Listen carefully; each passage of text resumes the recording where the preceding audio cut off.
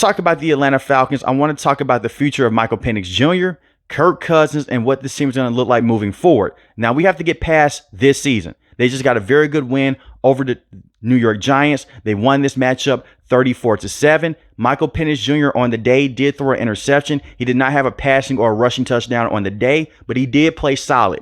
He played better than what Kirk Cousins has played like in the last 5 games. And for context here, Kirk Cousins in the last 5 games, 1 passing touchdown to 9 interceptions. Michael Penix Jr. right now is going to be the future with the Atlanta Falcons. Hopefully for the next couple of years, that's the best case scenario. They need this pick to work out. When they went out there and they brought in Kirk Cousins, they did not believe that they were going to be in a situation to select a quarterback in this year's draft class.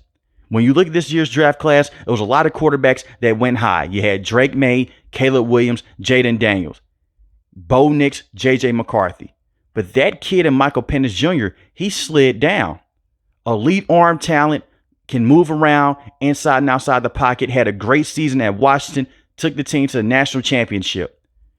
This franchise has been in quarterback hell over the last few years since they traded Matt Ryan to the Indianapolis Colts.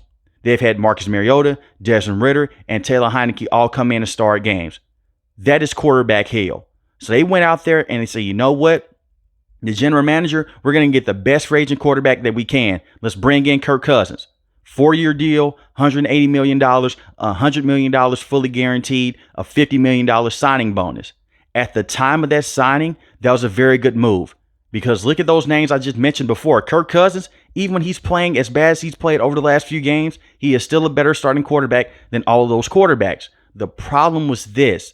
They went out there and they lied to Kirk Cousins. They did not have a young guy on the roster. They traded Desmond Ridder away to the Arizona Cardinals. And come draft night, Kirk Cousins thought the team was going to go out there and bring in defensive help like an edge rusher or maybe another wide receiver. They didn't need to bring in another wide receiver. You have Darnell Mooney. You have Drake London. Very good football players. And you have Kyle Pitts at the tight end spot. But they went out there and they drafted Michael Penix Jr. This was a situation that Kirk Cousins wanted to avoid. This is why he left the Minnesota Vikings. Because the Minnesota Vikings were up front. More than likely, they're going to go out there and still select J.J. McCarthy regardless. Part of that was because Kirk Cousins tore his Achilles.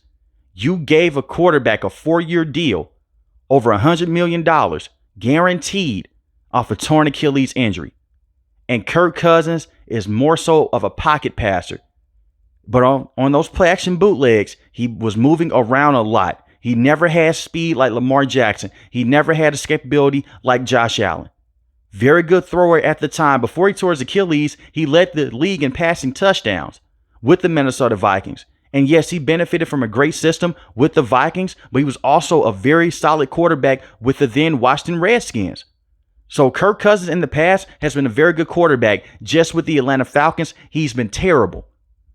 The man has 1 passing touchdown to 9 interceptions in the last 5 games. He has been losing them football games. When you go against the Las Vegas Raiders without Max Crosby, without Christian Wilkins, and you can't move the field with your elite ball catchers in terms of Drake London and Darnell Mooney, you're going to be in trouble. And that was the case. Kirk Cousins has held this team back. So they made the move to go out there and bring in Michael Penix Jr. Michael Penix Jr. is not a 20 or 21-year-old rookie. He's 24 years old. He's played a lot of football.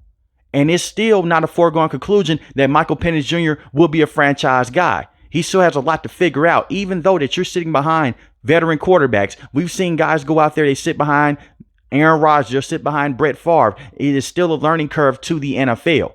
You just hope that they don't make the same mistakes that they would have made if they did not have the chance to go out there and sit down.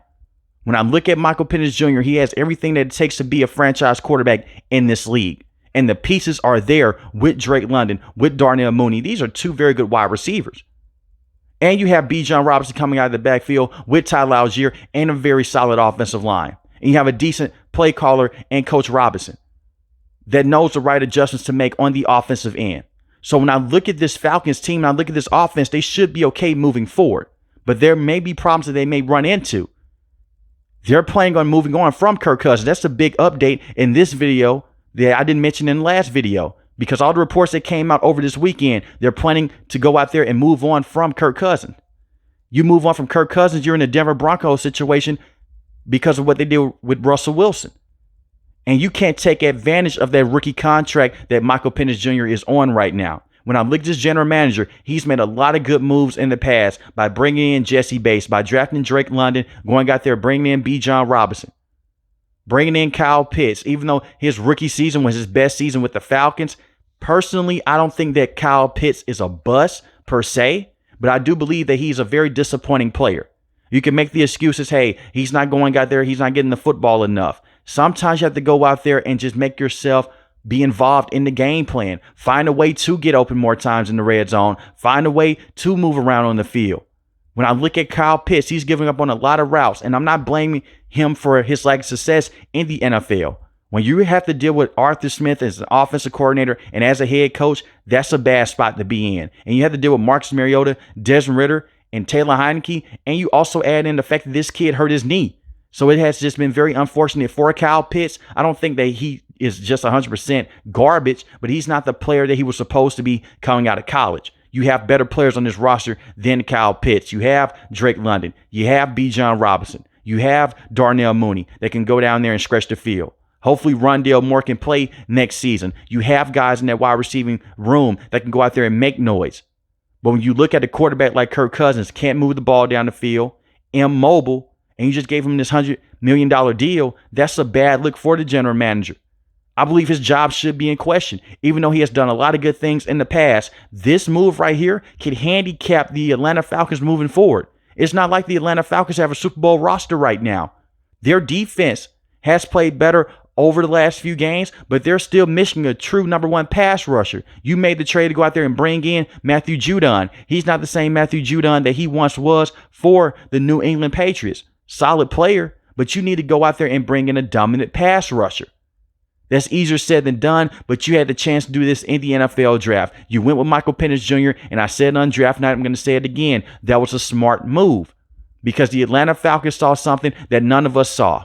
They saw a quarterback that is older, coming off a torn Achilles injury, and they got to see him up close and personal.